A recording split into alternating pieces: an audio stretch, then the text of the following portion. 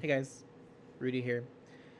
I wanted to do a video and kind of just get a bit more focused. So, I'm doing all kinds of stuff. Like, I'm reading music, talking about my iPod, you know, library stuff, music stuff. We're going to get into the gaming and other stuff too eventually, I'm sure. But, I really want to keep it all focused around me. Like, you guys don't know me, probably. Some of you might. But Uh, you know, I'm 33, Southern California, born and raised my whole life. Spent time in LA, but I'm from a little place called the Coachella Valley. And I kind of just want to get you to know me and show you a bit about what I'm about, where it's going, what I care about. And so it's why I chose music first, because music is sort of like my life love, something that I pursued on and off for most of my life. And this channel is sort of my way of continuing that journey. So I wanted to start by showing you guys this. This is a casing from an iPod video that I had ever since I was in my teens. This is my iPod video, and I refurbished it. I put it in a new case, replaced the headphone jack and the battery. Um, I would have kept the old casing, but it was just a little too broken. Uh, but I'm really happy with how it looks and how it turned out. It works. It's fully functional. It's working. It holds a charge. It sounds great. It looks great. The display looks really good too. Like you can see everything. And I just wanted to take a minute here and just show you a little bit of what's on it. So here, the first thing I'm going to show you here is you may or may not have heard of her, but she was like the queen of pop in 2010s, Lady Gaga. Now, Lady Gaga is one of those artists that I don't listen to much anymore, but at the time, late 2000s, early 2010s, I was really big on her music. I loved Poker Face, Bad Romance, The Fame Monster, the album. Actually, I had a friend, his name was Michael, and Michael was in my high school music classes, and then he was in a lot of my college music classes because we ended up going to the same school, studying music at the same time. And he got me into Lady Gaga. He burned me a copy of her CD in our high school music theory class, which is the first class I had with him. And I met him my senior year. But, you know, it was really my foray kind of into probably the music of the time, kind of like pop music and like kind of listening more and experiencing what was current. Not something that I do now that well, or that I ever did that well before, but it gave me a sense of like community. Michael was such a cool, friendly spirit. Unfortunately, sadly, he passed away a few years ago to leukemia. It was really quite sad. We had not really been in contact, but I did manage to reach out and say goodbye and stuff.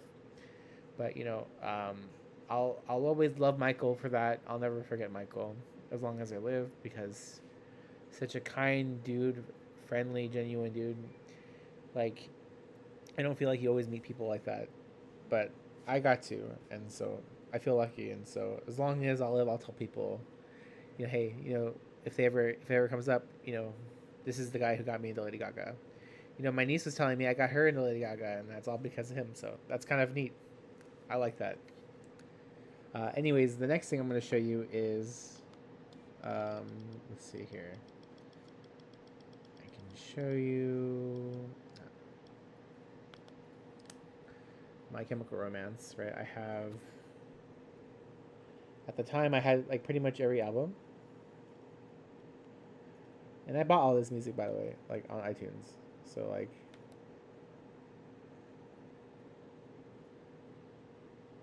you can see the album cover there. It looks a lot better in person, yeah, on the YouTube screen, not so much. But um, I love My Chemical Romance, one of my favorite bands of all time. I finally got to see them back in 2022 with my brother. So lucky. We probably will go and see them again really soon. Uh, I'll let you know how that comes about. Um, so far, the plan is maybe when we were young, but we'll see. We have tickets, but like I got to make arrangements to go. So like adult life, is complicated like that. But what a band, just so distinctive, lyrically very dramatic, a lot of flair, vocally very reminiscent of things like David Bowie, you know, but Queen, everything is just like, but in the best sense. So to me, a really great band. I love them. People will talk what they talk. Nowadays, I think everyone acknowledges that love them or hate them, you can't really deny the undeniable. They were just like a force, and I have all of that music on this iPod, which is gonna be cool to go back to. Then, one I found kind of interesting when I was looking at it was this band right here, the Silver Comet. So the Silver Comet is a band. They no longer exist. They were like kind of an indie band, but they had gotten on the Vans Warped Tour one year, the year that I happened to go, which was 2012. And so, and that's actually like how long I had used this iPod. I used it from like 2009, I'm pretty sure, to like 2013, before I kind of gave up on using it. And but they were incredible. Their lead singer, his name's Perry. I'm still connected to him on Facebook, I think, but he does a lot of stuff like in the Georgia area, cruise ships and stuff like that.